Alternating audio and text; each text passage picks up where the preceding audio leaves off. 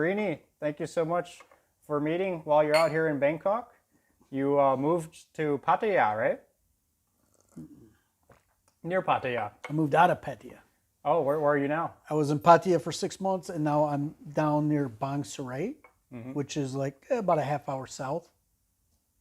But it's not, it's still maybe like 10, 20 minutes from Jomtien. Yeah. There's Pattaya, then Jomtien, then not Jomtien, then we're kind of in. There's Banapur and Bang Sarai, and we're right kind of in the south end um, of that eastern zone. Then you get Setahip, and then you go into Rayong after that. So we're kind of in the middle between like Pattaya and Rayong, Setahip. Oh, and you ended up buying a condo, right? Correct. So Yes. what kind of made you decide whether or not you wanted to buy or rent?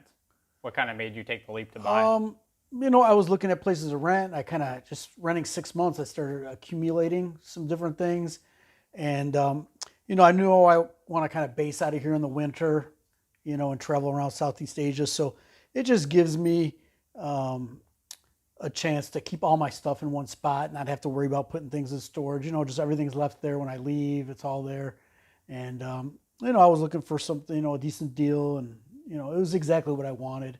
I was open to renting or buying, but this purchase just kind of presented itself, and I took it, and there we are. Yeah, so you're definitely gonna call Thailand your home for a while. And is was the for those who don't really know, was the process like much different than America, or was it pretty similar to America? As Like, far as buying a condo, yeah, and process of buying the condo. um, it's a lot different, sort of. In America, you have like a real estate agent that will represent you and take you out, and they represent you with the other. Um, they'll represent your interests against another real estate agent that may have something listed. Whereas here, it's kind of the Wild West. You could have five different real estate agents trying to sell one unit, and it's really about just whoever's going to process your paperwork and kind of lead the sale. You got to really want kind of trust that person. I liked our real estate guy that was had the place listed. He had the keys for it. He controlled everything, and I trusted him. And really, it's just you don't even really need an agent. You just can go to the land office and transfer the title over and pay a fee, and that's that. But it's better to have people that know what they're doing go with you to make the process smoother. Yeah, I mean, we're both in real estate. We both were real estate agents in America, Yeah. and you're also getting involved in real estate in Thailand also. One of my holdings here is I'm not actually working. Hmm.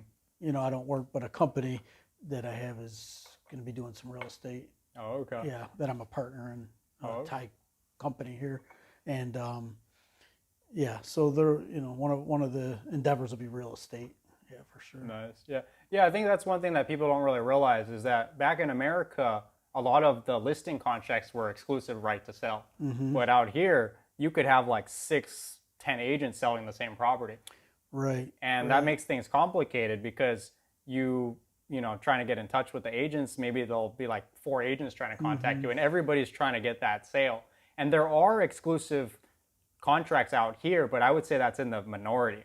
Most people out here, they're pretty much free contracts to sell the property. They are, and you could have an exclusive contract. It's all what you decide with the person's, the seller. Right. Personally, the company I'm involved with, I would like to see them, be the holder of the keys. Call it whatever you want, but if you're the holder of the keys, you're kind of the leader in it. Right. Kind of if you're the one listing it.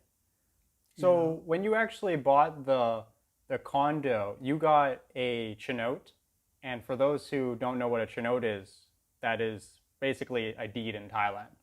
Yeah, that's your deed. That's your title of the house. And mine, foreign ownership. Mine was a foreign ownership. There's different colors that denote different types of chenotes. Um, mine, I don't even remember which one. If mine's the green or the red, I don't remember which one it is. But it's the good one to have if you're a foreigner. It's the Right. foreign chenote. Yeah, And it's in your name. It's not doesn't have to be in the it's business in my name. name, freehold. It's just yeah. It has nothing to do with this business. Yeah. This is just I bought the condo and I own it, and if I want to sell it, I sell it. No, no partners. If you open a company here, it has to be part Thai ownership. You can't just There is some treaty with America that you could have a company here, but it's it's just easier if you have some Thai people you're close to open a company with Thai nationals here. Right, it makes things a lot more smooth. Yeah. And Definitely. when you actually knew that you wanted to buy this particular condo, was the process pretty fast? Was it done within 2 weeks, 30 days? Yes. No, it was done. There was, as a foreigner, you're probably not going to get financing here in Thailand, and I don't even know what that process would be like. I heard that the interest rates could be anywhere between 7 and 12%. Whereas, I brought my money over from the United States. I just had to have it sent over, and then have the bank send a letter with me saying that the money came from a foreign land, from America in my case. And yeah, it was pretty straightforward. Did it pretty quick.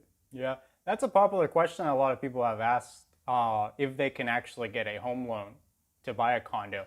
And it is possible, but very, very small amounts of banks will do it. And if they do give you a loan, they usually want to see you working in Thailand for at least like 2 years. And usually what kind of defeats the whole purpose of getting a loan in the first place, they might want you to put a down payment of like 50-60%. So that kind of defeats the whole purpose of getting a home loan. Right. So most people, especially Americans, when they come, they just buy cash, and then they don't have to deal with all the headaches. Right. Yeah. Right. So getting into your YouTube channel. So right now your YouTube channel is Retire Like a King. Yeah, I recently changed the name from Greeny Travels to Retire Like a King. I'm Greeny. I haven't been doing too much traveling lately. And, so I figured, who knows how long the situation's going to go on for, where we can't really travel internationally or whatever. And, I may sit down kind of like this at my place. I like to sit on my patio sometimes and just cover some different retirement related, topics. Thailand, retirement, Southeast Asia, travel.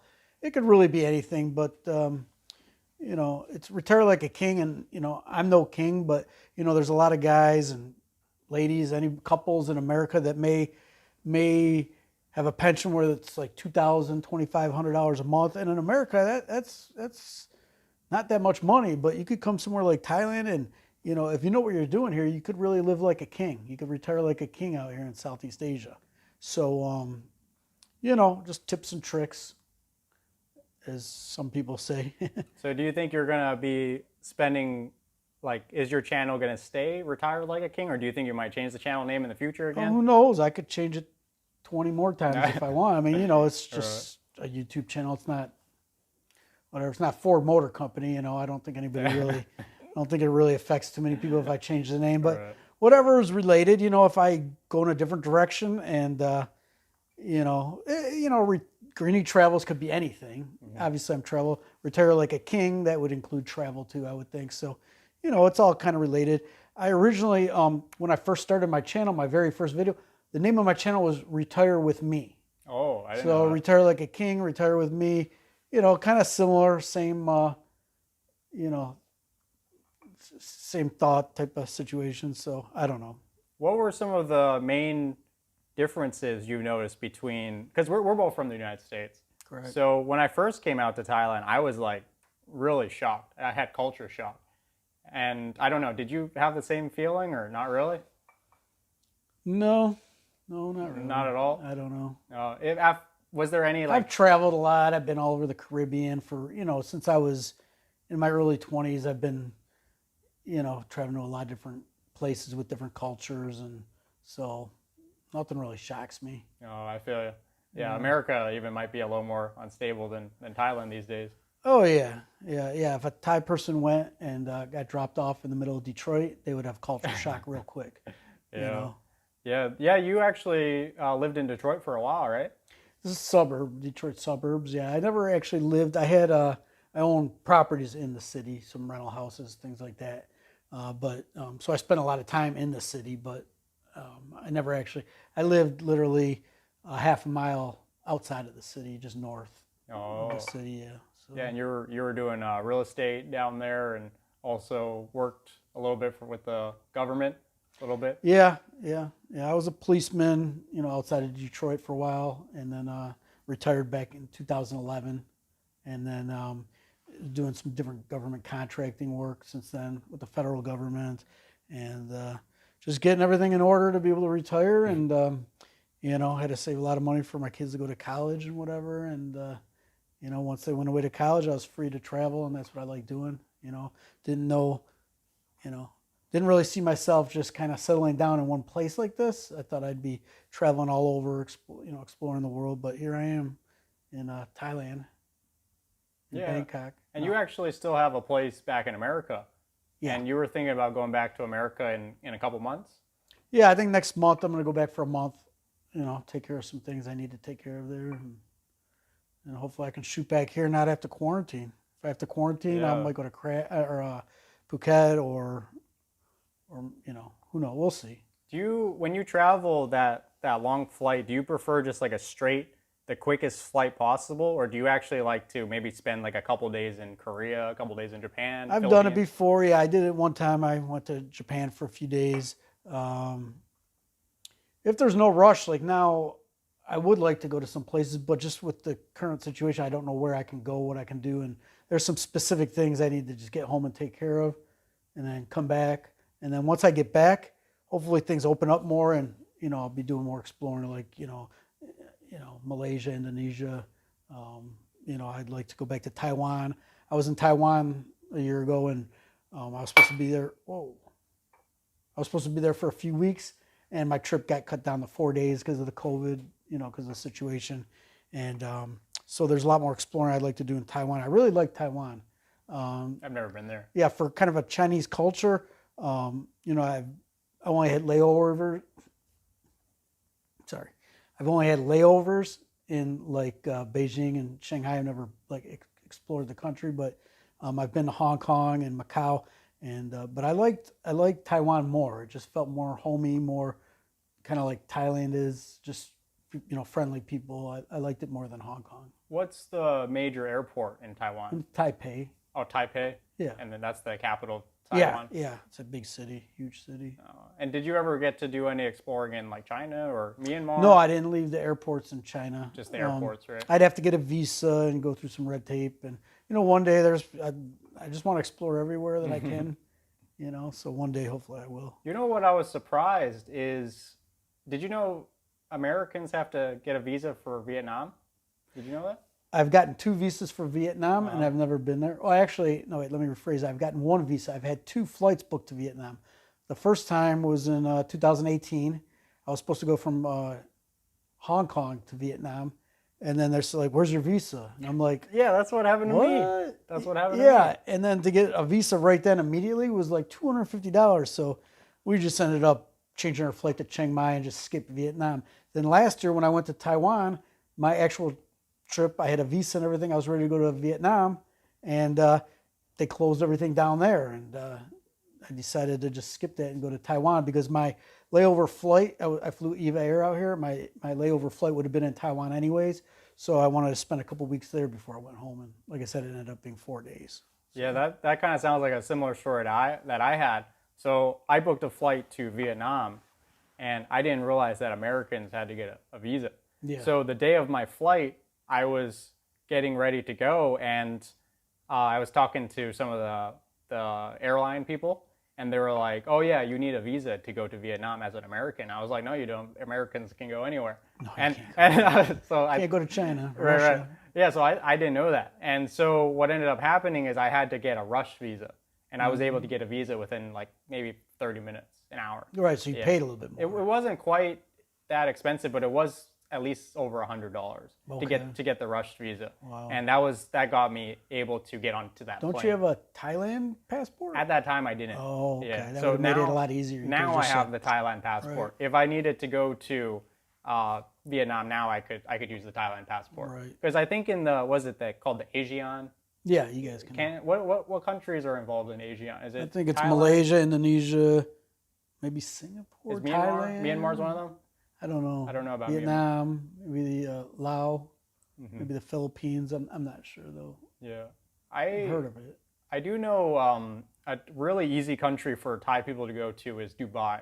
Yeah. So I don't know why it's so easy to go to Dubai, but I was able to get a visa for one of my Thai friends who needed to go there for business. and she was able to get a visa there in like 30 minutes. Yeah, there was like this company that will get you a visa there really, I real think easy. a lot of people from Thailand go there and work, in hotels and different things. It just doesn't seem like a real good destination for Thai people to go to because it's very expensive. Like the hotel that we stayed at was like $200-300 a night, and it was Yeah. like it was a nice hotel, but it wasn't anything crazy. Like $200-300 in Thailand's gonna get you like a really Right. nice Well, I hotel. think once you get off the beaten path, they're not probably not going to be living in those hotels. Yeah, there's places for everybody, and who knows? Maybe these companies that bring people over have places for them to stay. You know, just Yeah. like the people from Myanmar coming here, and they just put up a camp right next to where we live for the construction workers. Oh, A little, and I mean it's amazing how quick they throw those up. It's like little tin walls, and they make little makeshift houses or whatever, and it's pretty amazing how quick they threw that up there. that's where the workers stay, right? Yeah, because there's a lot of construction down where we live, on Sukhumvit Road, and on there's a college down there, university, that they're doing a lot of work there. Yeah, so Yeah. So what do you think about the future of Thailand? You think it's heading in the right direction?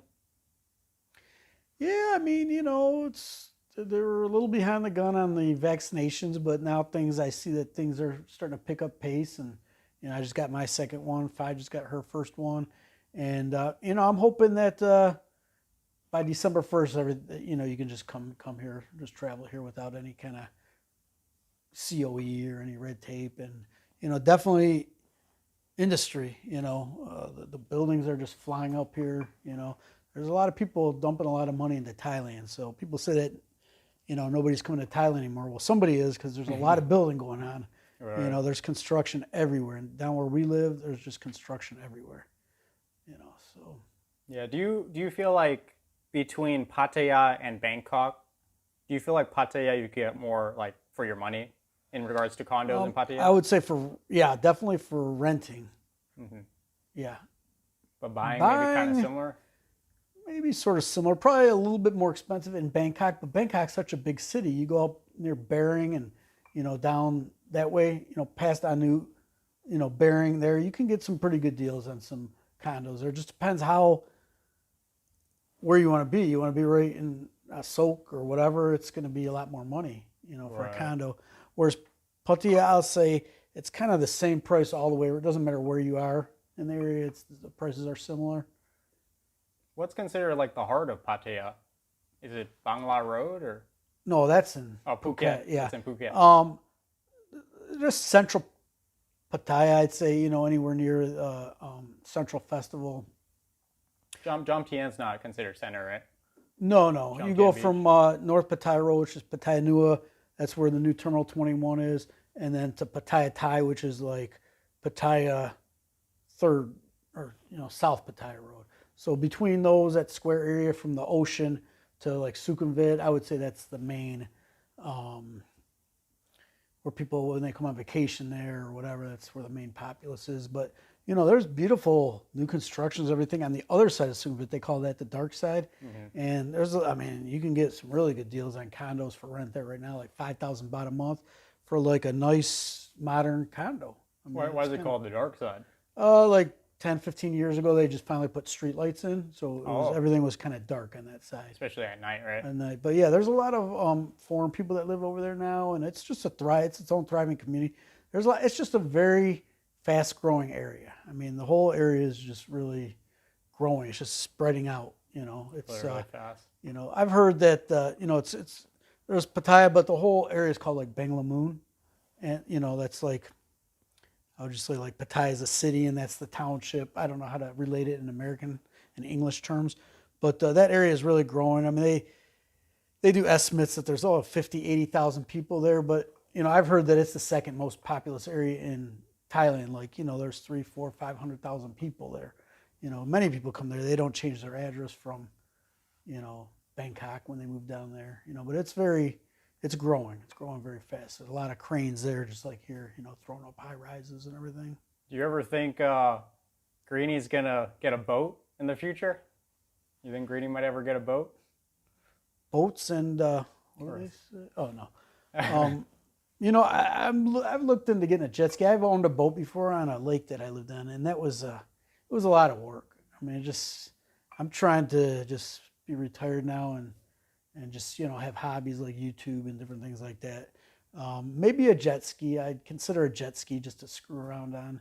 There's a couple marinas very close to where we live, and if I can get a decent deal on a slip and get a decent deal on a jet ski, those are a lot of fun. But I don't think I need a boat. I think Thailand is so cheap to rent stuff. It probably, if you wanted to spend a day on the lake, you could rent a boat probably pretty cheap. Maybe Yeah, a few but thousand if I'm going baht. to do that, I'm just going to pay somebody to take me out on a boat. I don't want to rent a boat. I don't want to be responsible for somebody's boat. Oh, I feel you. Yeah, and we did that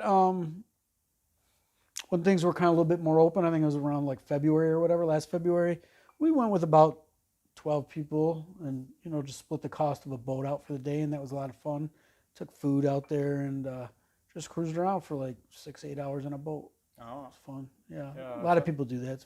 There's catamarans. I mean, you could go from just a little old wooden fishing boat to a yacht. Right. You could, that's what people don't understand about Thailand. Like you could spend as little as you want, or you can spend as much like you're in Dubai. I mean, there's every different luxury level you want here. Right. Yeah, definitely. Yeah, I was saying that if you really wanted to keep your costs down, I mean, you can literally rent a condo for 1,000, 2,000 baht a month if you really wanted to. But it's going to literally be a room without air. It's going to have a fan, and there's not going to be any. There's going to be probably maybe if you're lucky, there might be a mattress, but I don't think there is such a thing like that in America that's that cheap.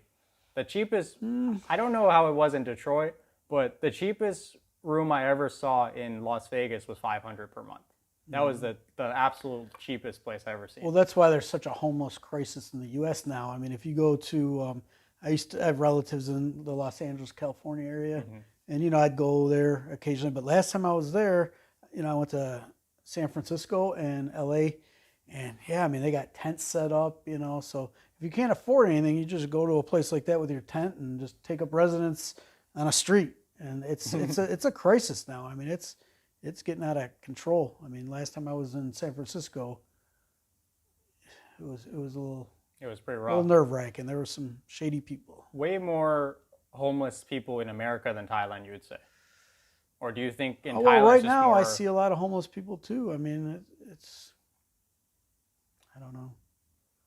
Yeah. Do you feel like Pattaya is more modern than Bangkok, or do you still feel like Because I No, was Bangkok's more modern, but they're Modern? Oh. building a lot of stuff up in Pattaya. I mean, Jomtien and Pattaya, they're throwing up a lot of high rises, but it's not a glass cement city like this yet. Right. I saw that on your channel you had a video where you were talking about some of the scams that you should be aware of Right. in Thailand. What are a few, like maybe 2 or 3 that you think people should be aware of In Thailand? in Thailand? In Bangkok, Pattaya, just Thailand in general. Well, in Bangkok, generally, all right, so a lot of those were like for people living here and whatnot, but there's the general scams that everybody knows about. If you just Google it online, scams in Thailand for tourists. Like here, my first couple times, there was, I remember my very first time in Bangkok, I think it was in 2010. We were going to Chinatown, and we walked up on the tuk-tuks all parked. And literally, we were walking distance to Chinatown, but we didn't know it. I was with a couple friends of mine. And so we want to go to Chinatown. You guys go, Chinatown's closed today. It's closed for the day. It'll be open later tonight, but I can take you here, here, here, and here. And we're like, it just sounded shady to me. And I didn't even know anything about Thailand scams then. I didn't know anything. And we said no. And we ended up walking, getting directions, and it was open. We found the place. So it was a total scam. He wanted to take us to a place where he would get a commission if we went in, that type of thing. They'll give you a real cheap ride, and they get commission at different types of places, maybe for shopping or for gold or for attractions, that type of thing. So that's a very common one for tourists. Now I heard people may impersonate the police. Yeah, that's a scary one. Yeah, if you're doing something shady, you're out drinking too late, or especially right now, if you're out past curfew or anything, and some guys come up to you telling you they're the police and they have badges, you want to go to jail for curfew or give us, whatever and go home. So, that could happen. Yeah. Yeah, I heard a couple guys got arrested for that. Yeah. They were Yeah. impersonating police officers. Yep. They had fake IDs and fake badges. That's and scary. everything. Yeah, that is scary. Yeah. We recently saw one where somebody was selling fake badges. So probably selling it to those guys that were going on doing it. And you mentioned that, how cheap you could live. We did a video a while back, and I'm living for $400 a month. A month, yeah. We did a tour of a house that was for sale. I don't remember the prices, maybe 5,000 baht, and just kind of similar eating to what we did. We did a video eating for $20 for a whole week. We each ate for $20 for the whole week, and so if you combine all those together, and you're not out drinking and partying and spending money on too much entertainment, you could live for $400 a month there. I wouldn't do it, but if you're like somebody teaching here and you're only making $1,000 a month, and you still want to save some money as like a 22, 23-year-old, you could live on ramen noodles or street food or whatever and get it done. You definitely could. Yeah, the biggest thing that you probably have to compromise with is your condo. You probably got to find a place for like 5,000 baht per month. Right. And right now, though, there's very livable, nice places that are even newer for that much. I mean, it's just amazing. It's all location, location, location. If you want to be out on the dark side or, somewhere a little off the beaten path or someplace that's not a Western place, you can definitely live like that. You can get a decent place, Yeah, that's a lot of, that's something that a lot of people don't really realize, is that you could have a 30 square meter condo in the center of a soak, right, in the heart of Bangkok, be like 10 million baht, 300,000 US dollars. Yeah. And then if you take that exact same condo and put it like near Bang Na, it might only be like 3 million or like even 2.5 million. Right, yeah. It's literally that huge of a difference. And yeah, we both kind of understand that because we're both in real estate.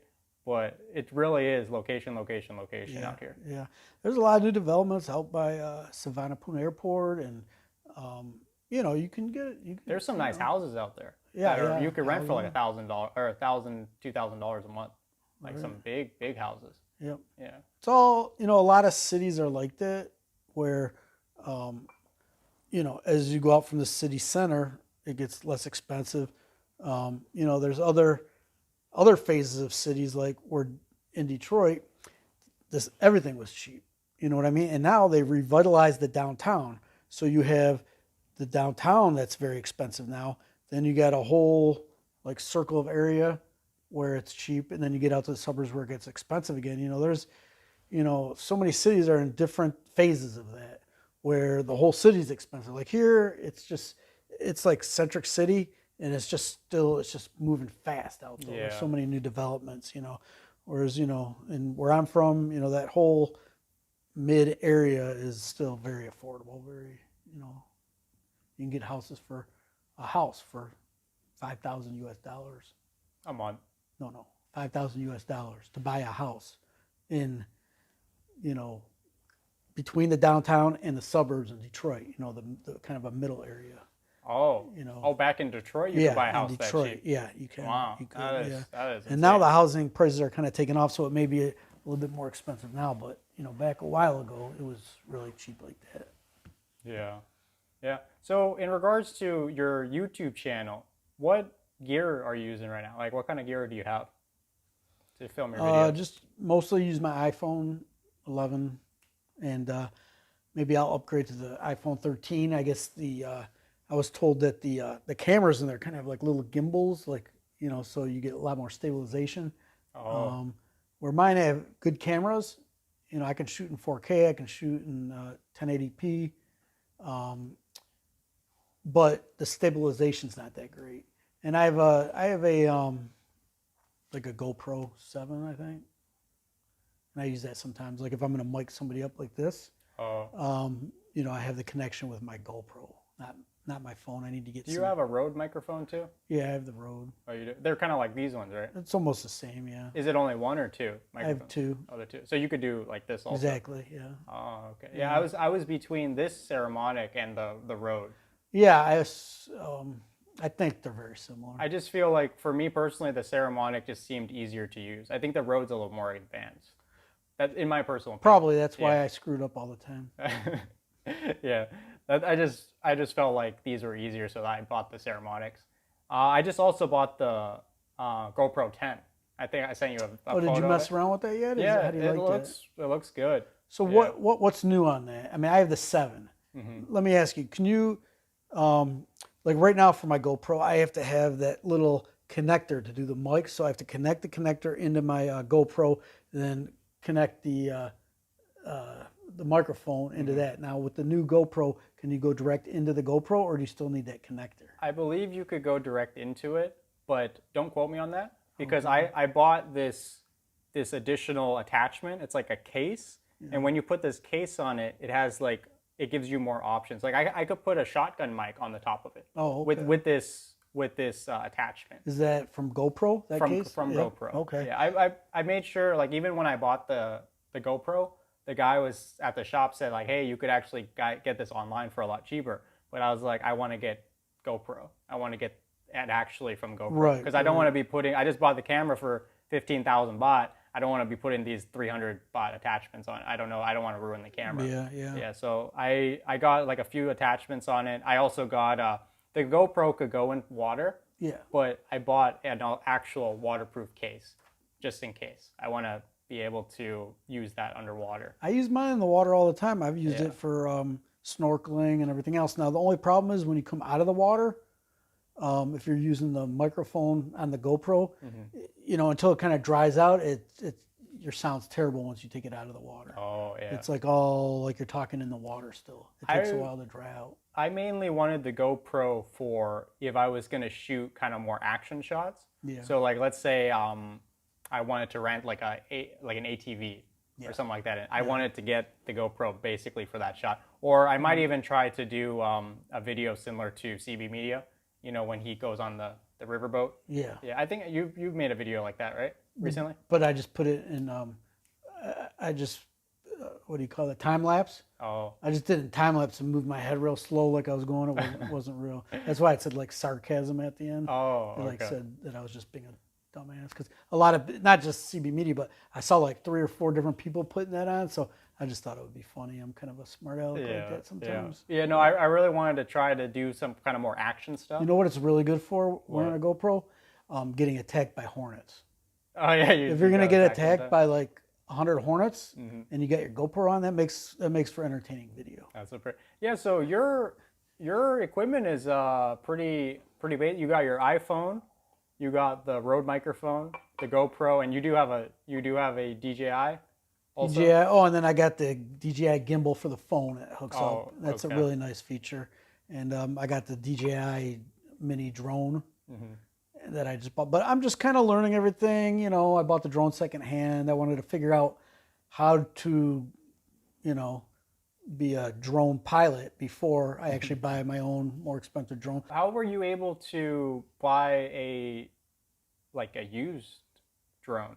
Because I've been having trouble like finding secondhand stuff. Did you find that online, or how'd you get that? No, a guy I met, a guy, he's really big into drones. He has like 4 drones. And I had met him. It's so weird how things are here. Fi and I were out at a temple out by, you know, the Buddha on the mountain, the gold Buddha. There's this high-rise temple there. And we were there one day and we saw some guy with his dogs and just, you know, started chit-chatting with him. And then that's it, you know. And then we went on that one boat ride with a bunch of people from Bang Saray. And this guy happened to be on that. He knew a friend of a friend, you know, and then we just got talking and he had brought a drone with him. And then I'm like, oh, that's really cool. And it turns out, I forgot what the name of the channel is, but he has a drone YouTube channel. And I'm like, well, how many drones do you got? He's like, I got 4 or 5 or whatever. I'm like, you got any you want to sell? He goes, yeah, I just got the Mini 2. I'll sell my Mini, you know, give me whatever for it. And I'm like, oh, cool. So I went over there, he showed me how to use it and sold it to me. So yeah, it wasn't online or anything. Just, you know, I just kind of met a drone enthusiast and he had some extra drones. Yeah, I saw there is one shop here in Bangkok that I know of that has a bunch of, if you want to check it out, it's at the Fortune. Do you know that mall right across from Central? Is that the big one that has the a electronics and stuff. Yes, yes. I've heard of it, But no. there's one level where they have a bunch of used cameras Oh, and stuff like that. They have used cameras, used GoPros. They got used lenses. So it's a bunch of used stuff. And the prices are much cheaper than the new ones. But I will say, for me personally, I still prefer to buy new because they give a 30-day warranty. But if you buy it new, you get like 1 3-year warranty, 1 to 3 year warranty. Right. So for me personally, if I was going to buy something expensive, like buying the drone, I think you got it for a pretty good price, right? Like 5,000 baht. Yeah, I think it was something like that. And plus, it was Yeah. the like the deluxe package with 3 batteries, the battery charger, the case, all that That's stuff. pretty good. Yeah. Yeah. So that in that case, that was a good deal for Yeah. you. But for me, if I was going to get like a new camera for, let's say, 40, 50,000 baht, I feel more comfortable paying the 70,000 baht to get the 1 to 3 year warranty instead of a 30-day warranty. Yeah. That's just my personal. That's probably a good idea for me too because I'm pretty rough on stuff. But this guy, all of his stuff was like immaculate. Yeah. Like he cleaned it all the time, and like he'd probably be mad at me if he saw it now because I just run into things and I probably haven't cleaned it since I bought it. I'm just kind of rough on stuff. Like I'm not very careful. Is the drone pretty hard to fly? Like, is it pretty No, difficult? the DJI is pretty easy, but there's still some things I can't figure out. Like I can only go a certain distance. It's not letting me. It's like locked in beginner zone, and then I watched some videos on how to take that out, and it just hasn't worked. Then I had one day where it was working great, and now it's back to just giving me a hard time. But I don't care. It's just for what I'm using it for. Just like close shots. I'm not trying to take the drone and fly across the city with it or something. I'd lose it that way anyways. How's the battery life on it? It just lasts like maybe 10, 15 minutes each one. Oh, and then it's gone? Yeah, then it'll Pretty much beep or dies. something, tell you need to bring the drone back. Yeah. Oh, so you got to get those shots like quick. I didn't Yeah, realize that you the don't have drone that battery much was time, so low. Yeah, it doesn't last that long. Yeah. Yeah, that's one thing about the GoPro too. I think even with the brand new 100% charge, I think it only lasts like 30 minutes or an hour. Yeah, those go pretty quick too. And I got one of my GoPro batteries, like it won't even hold a charge anymore. It's weird. But, Well, that's why I really like this phone Yeah. because the sound is pretty good and I can shoot like 10 hours on this. Yeah, it's crazy. The phones are, my iPhone, I have like 250 gig or something on it. Yeah. 265, something like that. Yeah, and you can just keep shooting and, Are you shooting most of your footage in 4K or 1080? 1080p, 60 frames per minute now. 60? Oh, you do 60 frames? Yeah, I think it's probably hard to tell between that and the 4K. Most people don't. Yeah, so I was doing the 30 frames, and that since I've changed, it's like my videos just look much clearer. What's the main? Because I usually shoot. I don't know anything about it. I just shoot- watch videos and they told me what to do. Oh, okay. I usually shoot 1080p 30 frames per second. Yeah. I think if you go to 60, you'll see a much, especially when you're moving the camera, maybe like it'll just stay a little clearer as opposed to maybe things get a little fuzzy when you move the camera. Oh, I didn't know that. Yeah, try the 60. I think if you watch them both back to back, you'll notice the difference. I did. I just noticed the file size is a lot bigger. Well, it is when you do the as 60 you frames. keep going up, but I think it's worth it. I think Is it's it? worth it. Okay, I'll have to experiment with that. Yeah. So, what is the future for your channel? Are you trying to do like a video a week, a video a month, or are you just kind of whenever you feel like it? I watched a lot of these instructional videos. They say, okay, you should release on certain days at the same time and this and that. I may release 5 this week and then none for the next 2 weeks. I'm totally random. I do them at different times. All right, I'm done with the video. I put it up.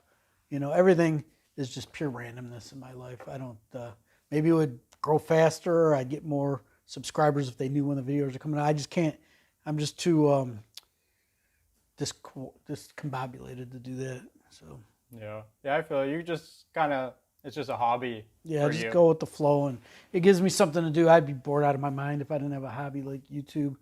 Really, I do enjoy now the editing with the editing software. It's like I'm almost like making a movie, creating something. Yeah. It's there's so many different things I'm learning, like doing this editing software. I was doing everything before on my phone, and it was much faster. It was much easier, but you get more satisfaction, I think, out of creating something. Yeah. With the software, but it's just a hobby for me. Some people say, oh, this is like, they want to make money out of it. They want to, so they really like hit the books and do, watch a lot of videos on learning and everything, and they get quick at doing it. I just kind of learn by trial and error, by mistake, and By doing it, right? yeah.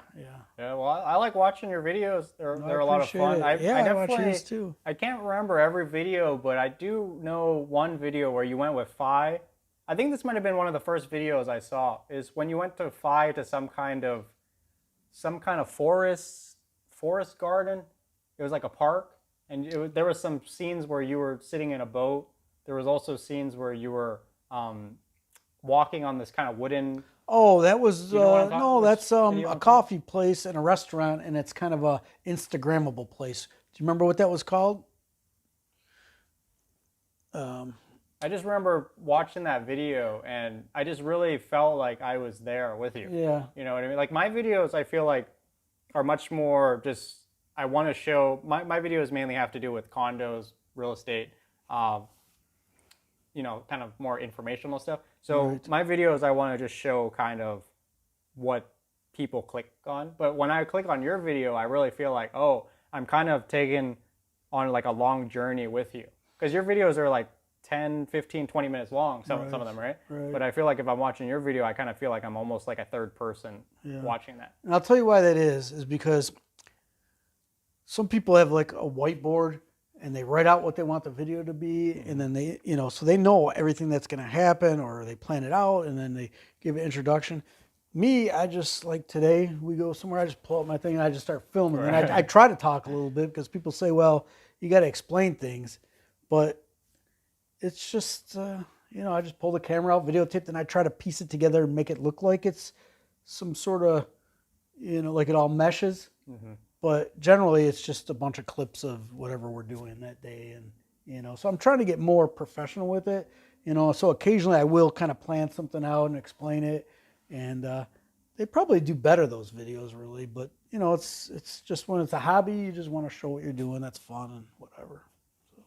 Yeah. Is there any place that you think if someone's coming to visit Thailand, they should go to? Is there like maybe 2 or 3 places that you recommend? Yeah, we just went last week to Kanchanaburi, and that's, a lot of people have heard the River Kwai because there's that famous movie, The Bridge Over the River Kwai, but there's all these like raft resorts that are floating on the river, and we probably going to have 5 videos from that. We stayed at a couple of different resorts to get, there's 2 different rivers that branch off of the River Kwai, and so we wanted a flavor of everything, and that's a really, really cool area, mountainous, beautiful, laid back, not busy.